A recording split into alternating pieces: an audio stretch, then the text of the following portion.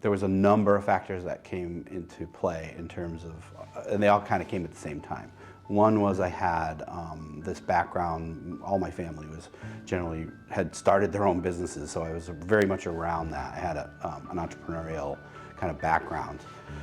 So I wasn't afraid of starting something, but I knew I needed some guidance. So my dad was a big help in getting me the confidence I needed to kind of get that off the ground. Then there was, in technology at the time, there was a couple of things going on.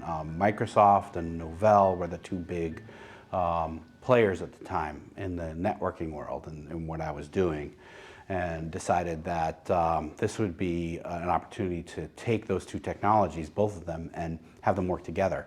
It was exciting and it was rewarding. So, and at the time that I really did want to kind of help people, I felt like I was a teacher of sorts, so I could help them with these new computers that were all getting connected, and this new thing around the time was the internet. It was brand new. People didn't even know what the World Wide Web was. They didn't know what a browser was. It was really at the very, very early stages of the internet. I would say one of the biggest challenges to kind of get the company going, it was really, the challenge was making sure that I had happy clients. That was the biggest challenge. And clients can have different needs. You never know what the next challenge is going to be from a particular, the customer system's down, or you need to solve this problem, or you need to make a proposal to get them connected. So going back to how it started in that corporate world, and then worked my way into this other job. The company was called Micro Networks of America, and it was a small company, maybe about 15 employees, had a sales force, had engineers. I became an engineer there, and I really got to know how a business like that runs. So 1997, again, I fast forward to then, that would probably be a milestone year. That's the year I hired Jim, and we established the West Hartford office. It was in West Hartford Center. We're now expanding, we're going into schools, we're doing, schools was a big thing for me. I had a love for that, and I liked helping, getting, seeing even my kids' school district, helping them get on the internet. That was kind of cool in the late 90s when we were doing that.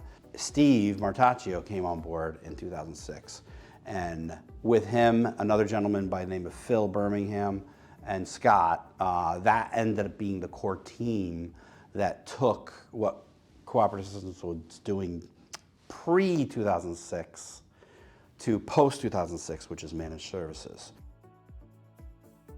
I met Bob when I was in college, was doing some work for an individual consultant that Bob and I both knew, and he introduced me to Bob, and while I was doing some part-time work for that individual, also did some part-time work for Bob and got to know him throughout the kind of late part of my college career. Some of the major milestones that I can think of are mid-2000s was when we really converted from a break-fix and project type of organization doing just break-fix IT support and projects in the IT space to our managed services platform.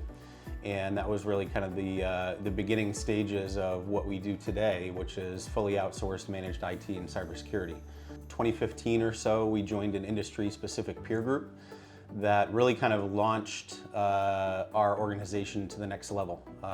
Really had we're able to have a sense of what other IT service providers were doing in the space, and we're able to collaborate with them and really take our business to the next level and set ourselves up for continued growth.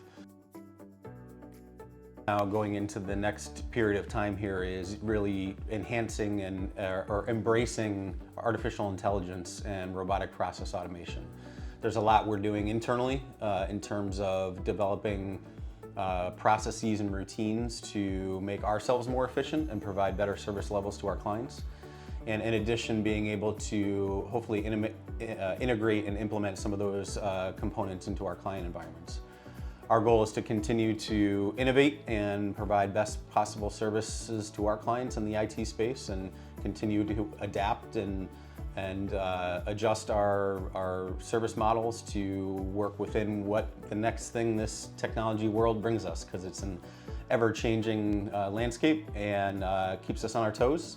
And our clients expect us to be that one step ahead for them as it relates to best use of technology in their environments. One of the best things that happened as a result of going in all these directions and really being good studies was to make this place a great place to work. We've prided ourselves on getting that award. We've had it for 11 years now.